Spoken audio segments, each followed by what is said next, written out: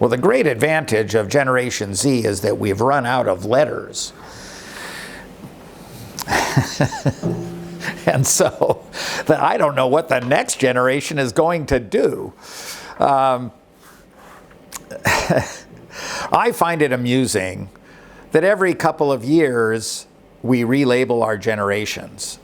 And as an old guy, I take great comfort in the fact that as time goes on, new blood and new inspiration keeps entering the economy.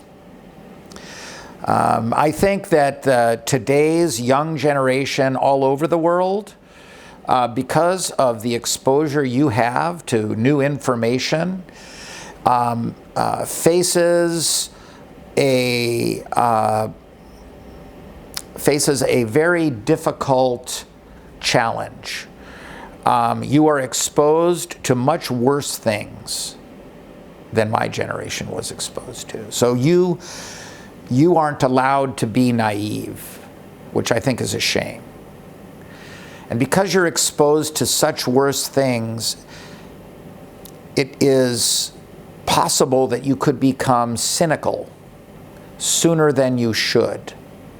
The beauty of youth is the naive optimism that causes you to do things that are so foolish they might be genius.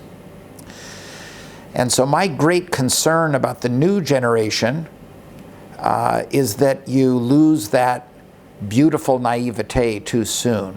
You want to stay young.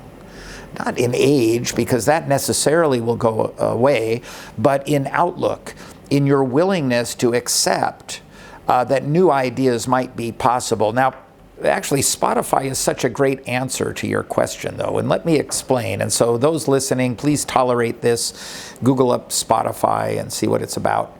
And my answer isn't about Spotify. It's about the foolish people who created that company. Because what happened was when Apple first allowed us to start buying music legally, Jobs and his team tried to stop other companies from creating a subscription model.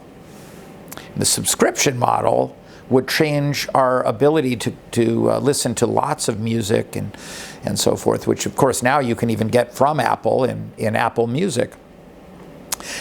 And there was an early failure of a company that wasn't Napster, that was an illegal music downloading service, but there was a company run by Chris Gorog called Napster 2.0.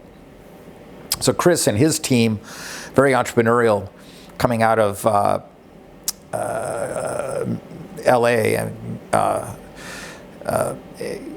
area down there people like to call Silicon Beach, Santa Monica. Anyway,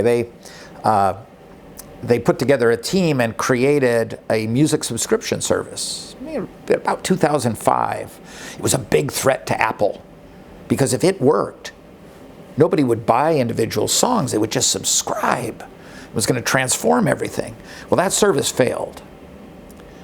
That failed because we didn't yet have very good Wi-Fi, and we didn't have smartphones, and so you could subscribe, but only in your study, right? And it's, so you listening to the music in the study, there's only so much you can do, right? You couldn't, today's world of, so if you wanted to listen in the cafes and on your way to the airport, and you had to go to your iTunes for that, which was not subscription at that time. So after it failed, everybody said, oh, subscription will never work. And all us old people said subscription is doomed. So a group of kids about 6 years later created, they were relatively young is my point, created Spotify because they were too ignorant to know better. We had already run the experiment, and here they were doing something which we knew failed. Well, of course, it would become a massive success, and now everywhere we look, people take for granted that music subscription works. The beauty of youth is that you don't know what I know. So you will do things that a wise person like I would never do. And that makes all the difference.